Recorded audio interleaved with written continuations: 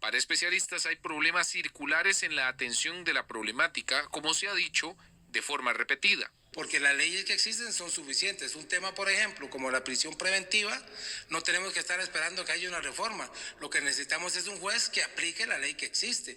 Pero ¿cuál es el problema? Que ese juez tiene el temor de poder mandar a todo el mundo a prisión preventiva porque no hay cárceles donde meterlos, tenemos un hacinamiento. Entonces, si no hay una coordinación del Poder Judicial con el Ministerio de Justicia, por ejemplo, entonces, ¿qué ganamos con que haya leyes drásticas? Con que podamos meterlos a la cárcel si no tenemos cárceles donde meterlos. Es un problema circular y se tiene que empezar a mejorar desde el Ejecutivo. Hay un tema, por supuesto, de potabilidad política que sin duda no puede dejarse de lado, en este caso particular. 32 proyectos de ley forman parte de la agenda que el Poder Ejecutivo llevará para las sesiones extraordinarias que empezaron este 1 de mayo. En materia de seguridad, el Ejecutivo cifró 5 expectativas y 5 iniciativas. Incluyó el proyecto de feriados, la venta del BCR, las jornadas extraordinarias y el Tratado de Libre Comercio con Ecuador. En total serán 32 los proyectos de ley que deberán trabajar los legisladores en los meses subsiguientes, hasta el próximo 31 de julio. El expediente 22.834 para el fortalecimiento de la ley contencioso administrativa en casos de crimen organizado. El 23.690 para la intervención de las comunicaciones. El 23.701 para propiciar la extradición de nacionales. El 23.986 para garantizar prisión preventiva en delitos contra seguridad ciudadana. Y el 24.162 para sancionar penalmente la introducción de celulares a centros penales.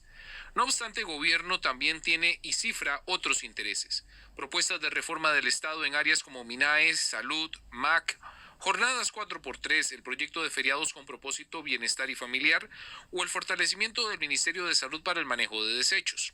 En el inicio de estas sesiones extraordinarias estamos priorizando la reforma para endurecer la prisión preventiva y también la iniciativa para desentrabar la construcción de ciudad-gobierno, junto con otros proyectos también de nuestro interés en materia de seguridad, como por ejemplo la reforma constitucional para permitir la extradición de nacionales en delitos como el tráfico internacional de drogas y el terrorismo, y el proyecto para modernizar la intervención de las comunicaciones.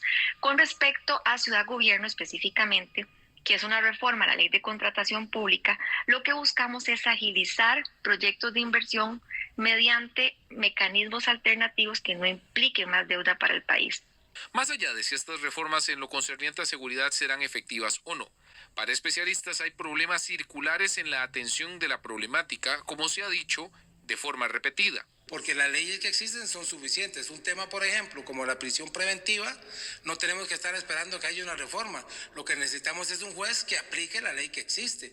Pero ¿cuál es el problema? Que ese juez tiene el temor de poder mandar a todo el mundo a prisión preventiva porque no hay cárceles donde meterlos, tenemos un hacinamiento. Entonces, si no hay una coordinación del Poder Judicial con el Ministerio de Justicia, por ejemplo, entonces, ¿qué ganamos con que haya leyes drásticas? Con que podamos meterlos a la cárcel si no tenemos cárceles donde meterlos. Es un problema circular y se tiene que empezar a mejorar desde el Ejecutivo.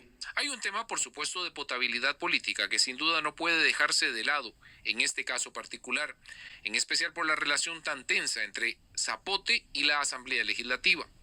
¿Será que acaso algo de la agenda propuesta por el Poder Ejecutivo podrá avanzar en estos próximos 3 meses de sesiones extraordinarias? De 167 leyes aprobadas a enero de este año en esta Asamblea Legislativa, apenas el 12% eran de iniciativa del Ejecutivo, y de esas un alto porcentaje básicamente eran presupuestos ordinarios, extraordinarios. Entonces sí ha sido, digamos, en números bastante débil el asunto.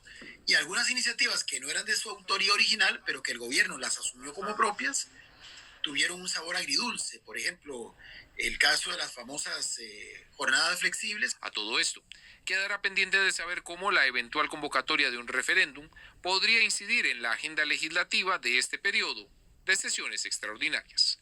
Le informó Alfonso Hernández Castro, Noticias Telediario.